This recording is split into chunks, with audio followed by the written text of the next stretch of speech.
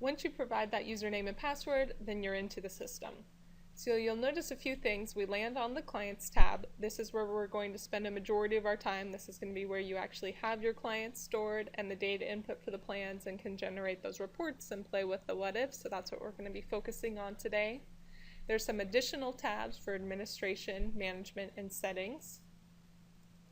Management reports allows you to essentially, this is purely optional, but you can create a management group and then that manager can view reports.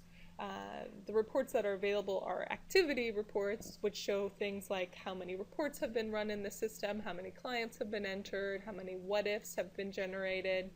You can also choose to see advisor summary or details, which shows per advisor how many clients are assigned to them, what their assets under management are based on what's entered into the system here. So that's management reports in a nutshell. So you get both the activity and advisor type information. Administration, this tab is going to be available to all new users. If you sign up for a trial or you're brand new to the system, you're going to automatically be set up as the program administrator. If you do have multiple users in your company, you can create the users here and you can choose to give them different roles. So if somebody is not an administrator, they would not have this tab. They would just have the Settings tab and Clients tab.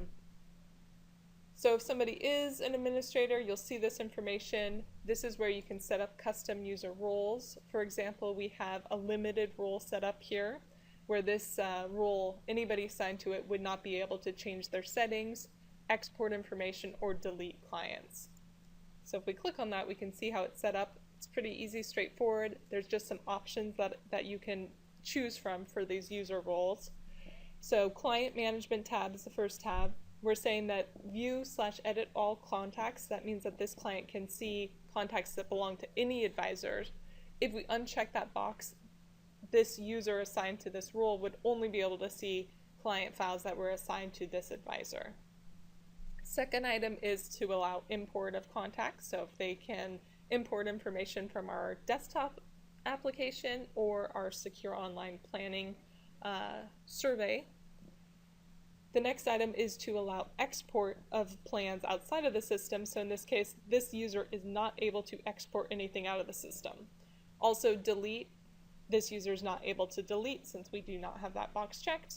The last item is if you want user to be able to view or enter social security numbers. If you check this box, that will keep social security numbers out of the data input and out of the reports. The next tab we have is user settings. So this is going to be if you want this user to be able to customize some of the program settings. That's going to include the asset allocation, which are the asset class names and allocation percentages, cover page information including a logo, long-term care cost defaults, and the ability to customize reports, which is going to entail creating their own list of reports available. So the other items here, asset allocation, cover page, these are all items that can be set up as default. So if you do want to go through this section, customize the information. That way when you do add new planners, their settings section will be pre-populated with the company defaults that you've set up under administration. If the advisor does have permission to edit this information based on their user role, they'll see the same items under their settings section. They'll be able to modify if they have that permission under settings. So if they want to change the class names or cover page information, they'll see it there. In this case, I'm an administrator, so all that information is available for me under administration, and under settings, I just have a limited set of information, which is going to be changing my profile information, my password, and budget expense items.